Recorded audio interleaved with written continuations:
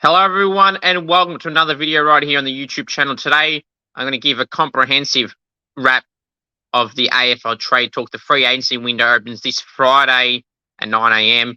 The trades officially open next Monday at 9 a.m. and go through to the following week's Wednesday night at 7 p.m. or so.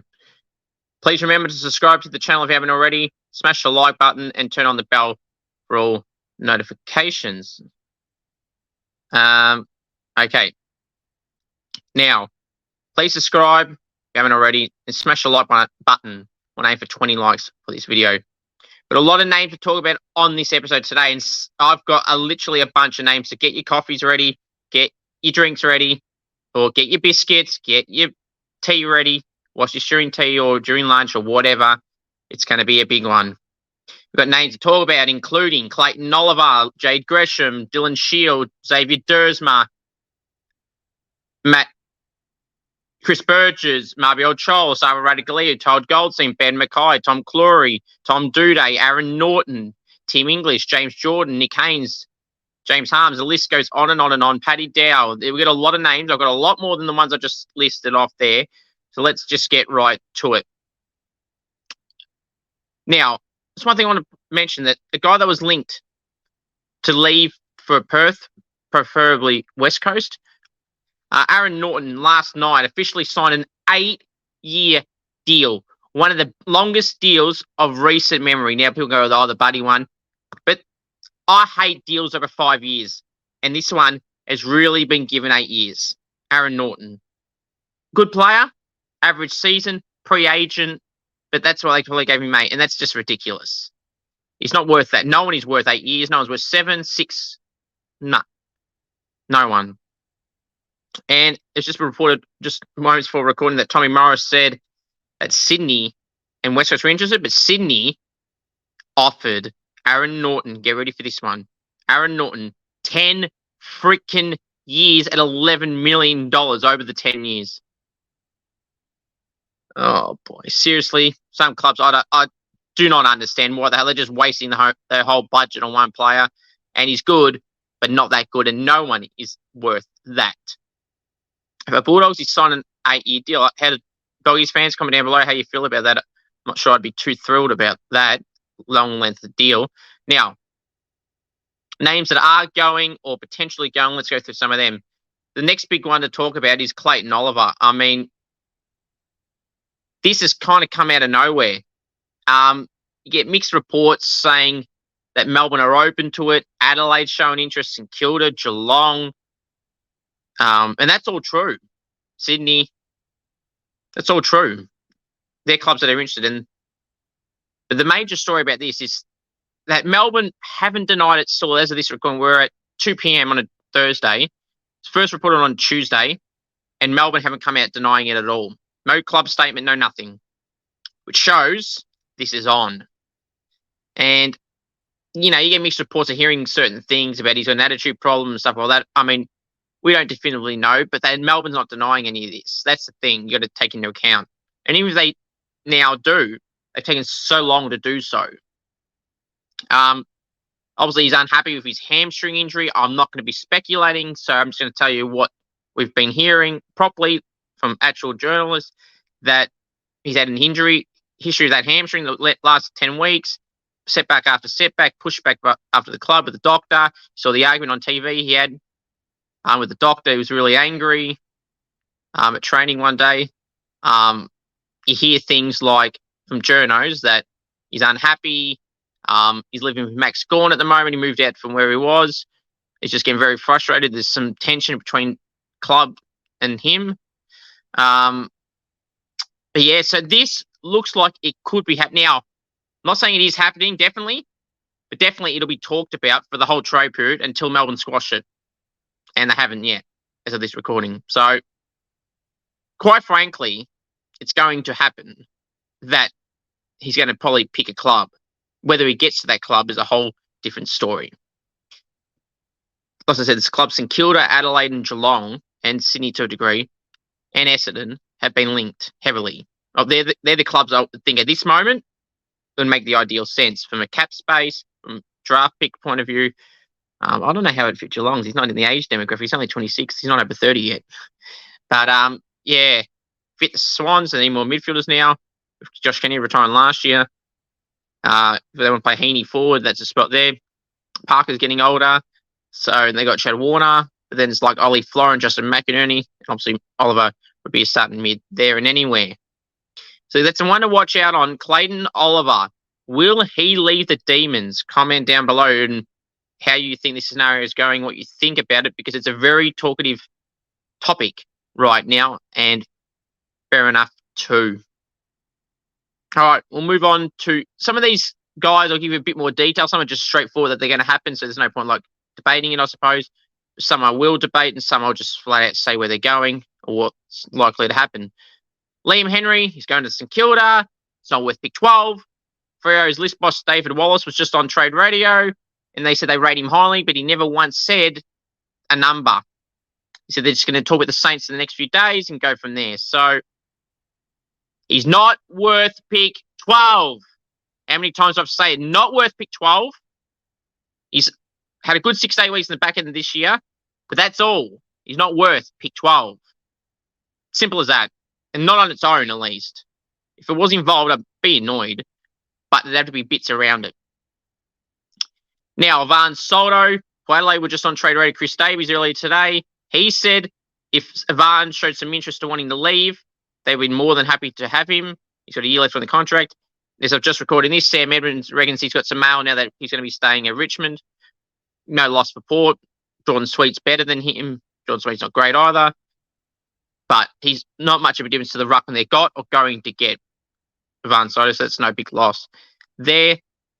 Jade Gresham, well, he's set to nominate the Bombers. How I feel about this is St Kilda haven't really rated Gresham this season. Ross Lyon certainly hasn't. It's disappointing. I like Gresh. I think he's a good player, a good person. I met him a fair few times. But yeah, he's going to go to Essendon, unfortunately. And this is where it links Dylan Shield with the compo pick. It'll happen, I would think, where Essendon pay up to net us a first-round compo, which will be after our first-round pick, which is currently 12, so it'll be 13. And then we then get Dylan Shield, take his money, and they're essentially swapping money for both clubs. And we give them like a pick in the 30s or 50s or something like that. We've only got 31. That might be enough. And yeah, essentially what it could be is, from both clubs' point of view, St Kilda only losing Gresham, and Essendon only losing, or St Kilda only losing Gresham and potentially 31 or 50 something, and Essendon get Gresham and that 30-50 pick. So they're not, neither club are really giving up a huge lot. It might look like it, but the pick, St Kilda will get his pick 13 and Shield.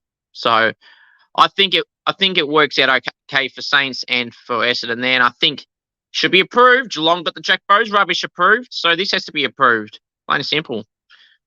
Paddy Dow, interest from St Kilda for a long time. Still expect him to nominate the Saints. But Sydney trying to pinch in late, and Sydney can rack off, I think. Paddy Dow is ours. The X-Man, Xavier Duursma, the bow and arrow man who I interviewed earlier in the year, didn't have interest in going last year. He said it was all just chat, it was all rubbish.